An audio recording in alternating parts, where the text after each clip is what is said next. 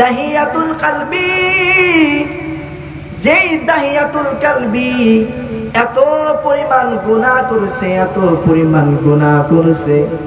দাহিয়াতুল কালবি তার নিজের হাতে কোন রিওয়ায়াতে পাওয়া যায় 70 জনের বেশি মেয়ে, জীবিত মেয়েকে দাফন করেছে। নাউজুবিল্লাহ। কোন রিওয়ায়াতে পাওয়া যায় 80 জনের থেকেও বেশি জীবন্ত মেয়েকে দাফন করেছে। এই দাহিয়াতুল কালবি একদিন পয়গম্বরের দরবারে গিয়ে হাউমাউ করে কান্দে। পয়গম্বর ডাক দেওয়া, দাহিয়াতুল কালবি, কি হয়েছে তোমার? কেন এত কান্না, কেন এত কান্না?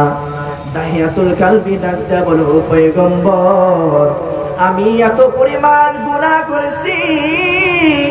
ও পয়গম্বর, আমার এই গুনাহ আল্লাহ তাআলা কোনদিন মাফ করবে না, কোনদিন মাফ করবে না। পয়গম্বর ডাক দেওয়া বলো, দাহিয়াতুল কালবি, কি এমন গুনাহ করেছো? বলো বলো বলো।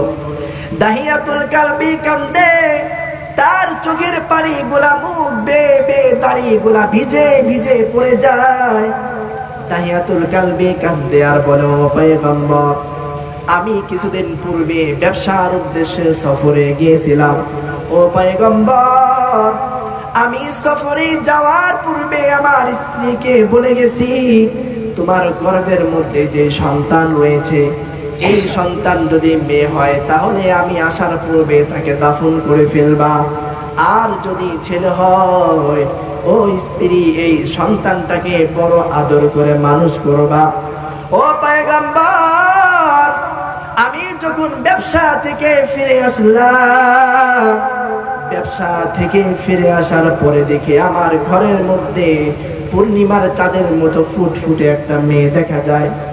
আমি স্ত্রীকে ডাক দেয়া বললাম, ও স্ত্রী, এই যে সুন্দর মেয়ে, এই মেয়েটা কার? স্ত্রী ডাক দেয়া বলো, প্রাণের স্বামী আমার, এই মেয়েটাই হচ্ছে তোমার সন্তান। তুমি যে আমাকে গর্ভ অবস্থায় রেখে গেছিলা, ওই গর্ভ থেকে তোমার এই সুন্দর মেয়েটা জন্ম নিয়েছে। জোরে বলুন আল্লাহু আকবার। দাহিয়াতুল কালবি স্ত্রীকে ডাক দেয়া বলে, ও স্ত্রী, আমি যে তোমাকে বলেছিলাম যদি আমার মেয়ে জন্ম নেয় ওই মেয়েটাকে জীবিত দাফন করে ফেলবা, তুমি কেন করো নাই? স্ত্রী ডাক দেয়া বলে, ও প্রাণের স্বামী আমার, এত সুন্দর একটা মেয়ে, যেই মেয়ের দিকে তাকাইলে দুনিয়ার সব কষ্টকে ভুলে যায়, সব ক্লান্তিকে ভুলে যায়, ওই মেয়েটাকে আমি কিভাবে দাফন করি? এই কথা বলার পর স্বামীর মনের মধ্যে দয়া, কেমন যেন মনে হয় সেই এই মেয়ের প্রতি রাজি হয়ে গিয়েছে। যেই মেয়েটাকে নাম রাখা হয়েছিল জামিলা। নাম কি? জামিলা অর্থ সুন্দরী। জামিলা অর্থ কি? সুন্দরী। এখন স্ত্রী ভাবতেছে যে হয়তো মেয়ের এই সুন্দর চেহারা দেখে বাবা তার প্রতি মায়ায় পড়ে গেছে। সুবহানাল্লাহ। মেয়েরা সাধারণত বাবাদের কাছে একটু বেশি প্রিয় হয়। প্রত্যেকটা বাবাই তার মেয়েদেরকে একটু বেশি ভালোবাসে, ঠিক কিনা? আপনারা যারা বাবা হয়েছেন, সত্য না মিথ্যা বলেন? সত্য। তো যারাই বাবা হয়েছে, ছেলের থেকে মেয়ের প্রতি মায়া, আবেগ, ভালোবাসাটা একটু বেশি। মালিক ডাক দেয়া বলে, ও বান্দা, তওবার দরজা আমি আল্লাহ এমন ভাবে খুলে দিয়েছি, বান্দারে আমি আল্লাহ কত ঘটনা কোরআনের মধ্যে উল্লেখ করে দিয়েছি। ও বান্দা, দাহিয়াতুল কালবি নবীর কাছে ঘটনা বর্ণনা করো, পয়গম্বর। এই মেয়ে আমাকে আব্বু আব্বু বলে ডাকে। এই মেয়ের কণ্ঠ আল্লাহ এত সুন্দর করে দিয়েছে, তার কণ্ঠের আওয়াজের মধ্যেও কেমন যেন একটা মায়া, একটা মায়া। কিন্তু পয়গম্বর, এই মেয়ের প্রতি আমার কোনো দয়াও হয় না, মায়াও হয় না। রাত্রে যখন আমরা ঘুমাইতে যাই, এই মেয়েটা একবার তার মায়ের গালে চুমা দেয়, একবার আমার গালে এসে চুমা দেয়, আর আব্বু আব্বু বলে ডাক দেয়। ও পয়গম্বর, এরপরেও আমার দিলের ভিতর বিন্দু পরিমাণ মায়া তৈরি হয় না। ও পয়গম্বর, এই মেয়েটা আমার সামনে এইভাবে চলাফেরা করে, হঠাৎ শয়তান আমাকে ওয়াসওয়াসা দিয়ে বলে, ও তাহিয়াতুল কালবি, তোর তো মেয়ে হয়েছে, বন্ধুদের সামনে কিভাবে তুই মুখ দেখাবি, গ্রামের মানুষের সামনে কিভাবে মুখ দেখাবি, সমাজের সামনে কিভাবে মুখ দেখাবি। ও পয়গম্বর, শয়তানের ধোঁকায় পড়ে গেলাম, শয়তানের ধোঁকায় পড়ে গেলাম।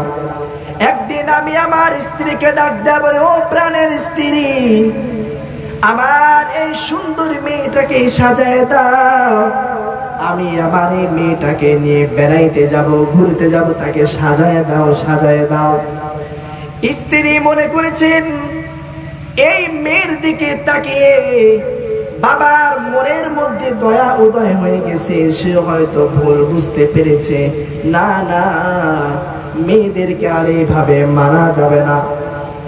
এই কথা ভাবতে ভাবতে মা তার সন্তানকে নিজ হাতে সাজায় দেয়। সাজায় দেওয়ার পরে বাবা সাথে করে নিয়ে ঘোড়ার নাম দিয়ে নিয়ে যায়। যাইতে যাইতে কয়েকটা রেওয়ায়েত পাওয়া যায়, কোন রেওয়ায়েতে একটা জঙ্গলের মধ্যে, আবার কোন রেওয়ায়েতে পাহাড়ের মধ্যে, আবার কোন রেওয়ায়েতে নদীর পাশে। বাবা এই মেয়েটাকে নিয়ে পাহাড়ের পাশে গিয়া মেয়েটাকে ডাক দেয়া, বলো, মা যাও, তুমি দূরে গিয়ে খেলা করো, আমার এই জায়গার মধ্যে একটু কাজ আছে, আমি কাজ শেষে তোমাকে ডাক দিব, তখন তুমি চলে আসবা। ছোট্ট মেয়ে, সে কিছুই বুঝে না। এর আগে মাকে বলো, মা তুমি না বলেছিলে বাবা কত কঠোর, আমার বাবার মনের মধ্যে নাকি কোনো মায়া নাই। ও মা, তুমি দেখছো বাবা আমাকে নিয়ে বেড়াইতে যাইতে চায়, বাবা আমাকে নিয়ে ঘুরতে চায়। ও মা, তুমি আমাকে সুন্দর করে সাজায় দাও, সুন্দর করে সাজায় দাও। মা সুন্দর করে সাজায় দেয়। বাবা নিয়ে যায় ডাক দেওয়া, বলে, মা যাও, দূরে গিয়ে খেলো, আমার কাজ শেষ হলে তোমাকে ডাক দিব। ও মা যাও, তুমি খেলতে যাও। ওইদিকে মেয়েটা যখন খেলতে যায়, বাবা গর্ত শুরু করে দিছে। কিছু সময় পর পর মেয়েটা দৌড় দিয়ে আসে। গর্ত খনন করতে করতে বাবা ঘেমে যায়।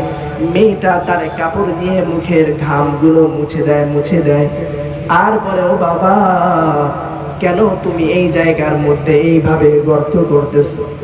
বাবা ডাক দেয়া বলে, মা এখানে আমার কাজ আছে, তুমি খেলতে যাও, কাজ শেষে আমি তোমাকে ডাক দিব। মেয়ে আবার চলে যায়, খেলা শুরু করে দেয়। দাহিয়াতুল কালবির মনের মধ্যে একটু দয়া হয় না, একটু মায়া হয় না, যে দাহিয়াতুল কালবি নিজ হাতে এত পরিমাণ মেয়েকে নিজ হাতে দাফন করেছে। ওই দাহিয়াতুল কালবির মনের মধ্যে এই সুন্দর মেয়ে দেখার পরও বিন্দু পরিমাণ মায়া হয় না।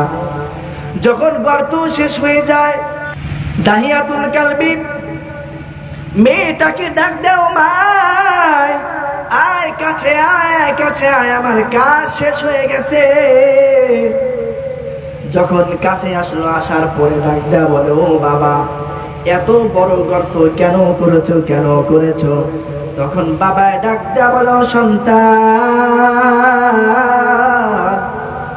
তুই কি জানোস না তোর পূর্বে তোর যতগুলা বোন দুনিয়ার মধ্যে আসছে, আমি বাবা নিজ হাতে সবগুলাকে জীবন্ত কবর দিয়েছি। তখন মেয়েটা ডাক দেয়া বলো, বাবা, তুমি কি আমাকে এই গর্তের মধ্যে ফেলে দিবা?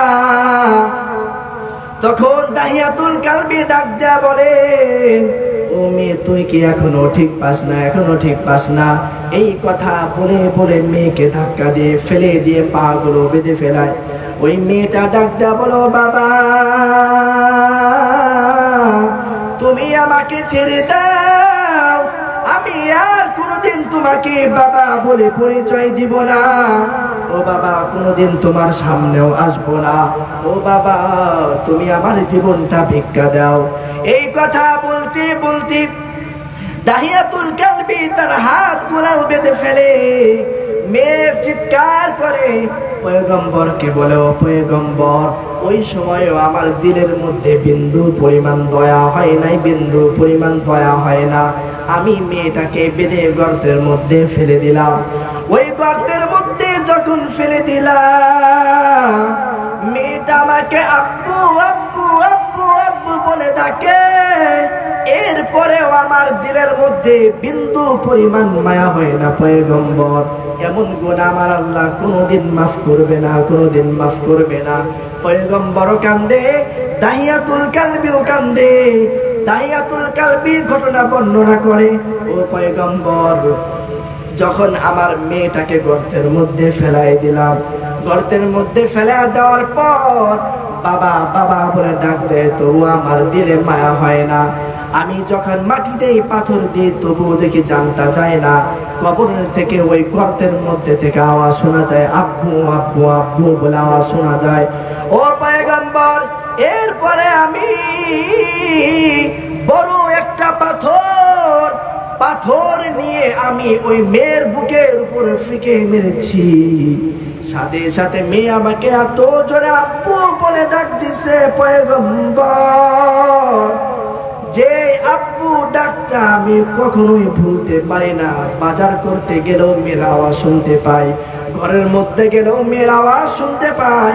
ও পয়গম্বর, যেখানে যাই সেখানে গিয়ে শুধু আমি আব্বু আব্বু আওয়াজটা শুনতে পাই। ও পয়গম্বর, এত পরিমাণ গুনাহ করেছি, এই গুনাহ আল্লাহ তাআলা কোনোদিন মাফ করবে না। পয়গম্বর ডাক দেয়া বলে, ও দাহিয়াতুল কালবি, তুমি আমার আল্লাহকে চেনো না? আমার আল্লাহ হইল গফুর, আমার আল্লাহ হইল গফফার।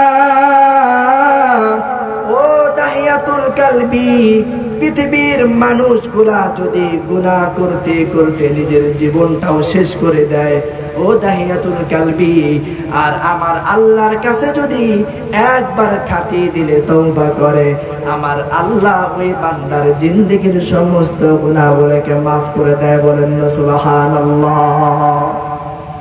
আল্লাহ তাআলা বলে, বান্দা, ইয়া আইয়ুহাল্লাযীনা আমানু তুবু ইলাল্লাহি তাওবাতান নাসুহা। ও বান্দা, গুনাহ থেকে এমন ভাবে তওবা করো বান্দারে, এই গুনার পরে তুমি আর কখনো গুনাহের কাজের মধ্যে লিপ্ত হবে না। ও বান্দা, খাঁটি দিলে তওবা করো, খাঁটি দিলে তওবা করো, আমি আল্লাহ তোমার জিন্দেগীর সমস্ত গুনাহগুলোকে মাফ করে দেব। সুবহানাল্লাহ। হাদিস শরীফের মধ্যে পয়গম্বর জানায় দেয়, দুনিয়ার মধ্যে আল্লাহ তাআলার কাছে সব থেকে প্রিয় ওই বান্দা, যেই বান্দা গুনাহ করার পর নিজের ভুল বুঝিয়া আল্লাহ তাআলার কাছে গিয়ে মাপ চায়। আল্লাহ তাআলা বলে, দুনিয়ার মধ্যে ওই বান্দাই আমার কাছে সব থেকে প্রিয়। সুবহানাল্লাহ।